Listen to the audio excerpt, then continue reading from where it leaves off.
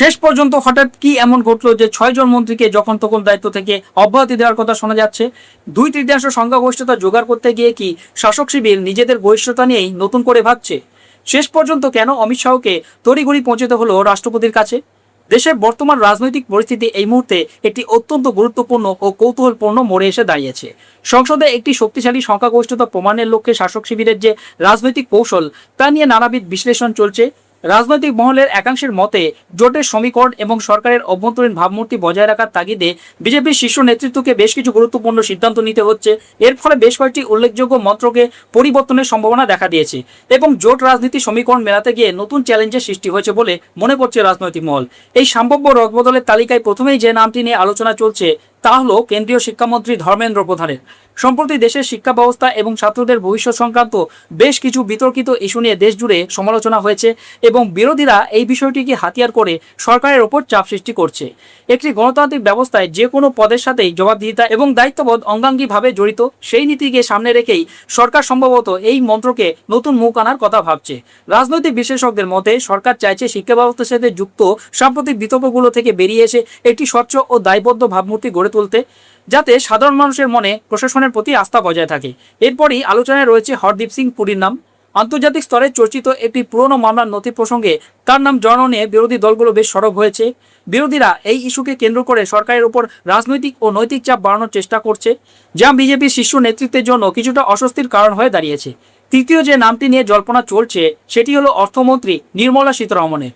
দেশের বর্তমান অর্থনৈতিক পরিস্থিতি, বিশেষ করে মূল্যবৃদ্ধি, বেকারত্ব, টাকার দামের পতন এবং পেট্রোল ডিজেলকে জিএসটির আওতার বাইরে রাখার মতো বিষয়গুলো নিয়ে বিরোধীরা, বিশেষ করে বিরোধী শিবিরের শীর্ষ নেতারা সরকারকে ক্রমাগত আক্রমণ করে চলেছেন। সাধারণ মানুষের দৈনন্দিন জীবনের সাথে অর্থনীতি যেহেতু সরাসরি যুক্ত, তাই অর্থমন্ত্রকের এই সমালোচিত দিকগুলিকে সরকার অত্যন্ত গুরুত্ব সহকারে দিচ্ছে এবং পরিবর্তনের একটি সম্ভাবনা তৈরি হয়েছে বলে মনে করছে রাজনৈতিক মহল। মন্ত্রিসভায় এই সম্ভাব্য রদবদলের পিছনে শুধু মন্ত্রীদের পারফরমেন্সই নয়, বরং জোট রাজনীতির সমীকরণও একটি বড় ভূমিকা পালন করছে।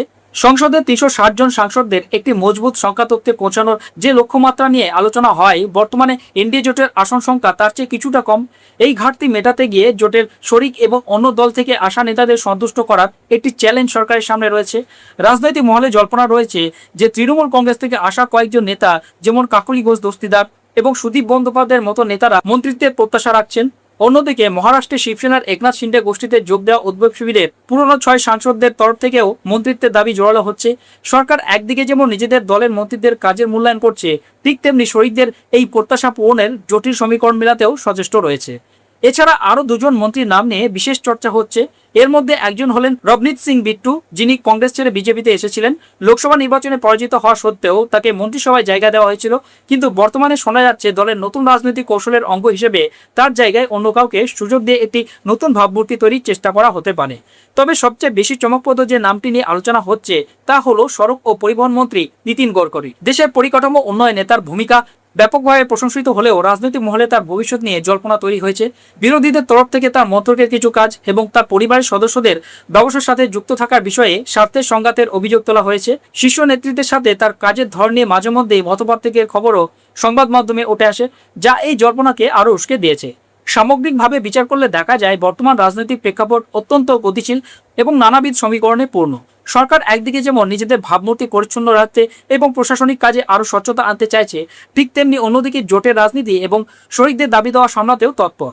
আসন্ন দিনগুলিতে এটা দেখার বিষয় হবে যে বিজেপির শীর্ষ নেতৃত্ব এই সমস্ত রাজনৈতিক ও প্রশাসনিক চ্যালেঞ্জগুলোকে কিভাবে মোকাবেলা করে এবং মন্ত্রিসভায় এই সম্ভাব্য রদবদল দেশের আগামী রাজনৈতিক চিত্রকে কোন দিকে পরিচালিত করে। এই পুরো বিষয়ে আপনার মতামত কি? কমেন্ট বক্সে অবশ্যই জানান।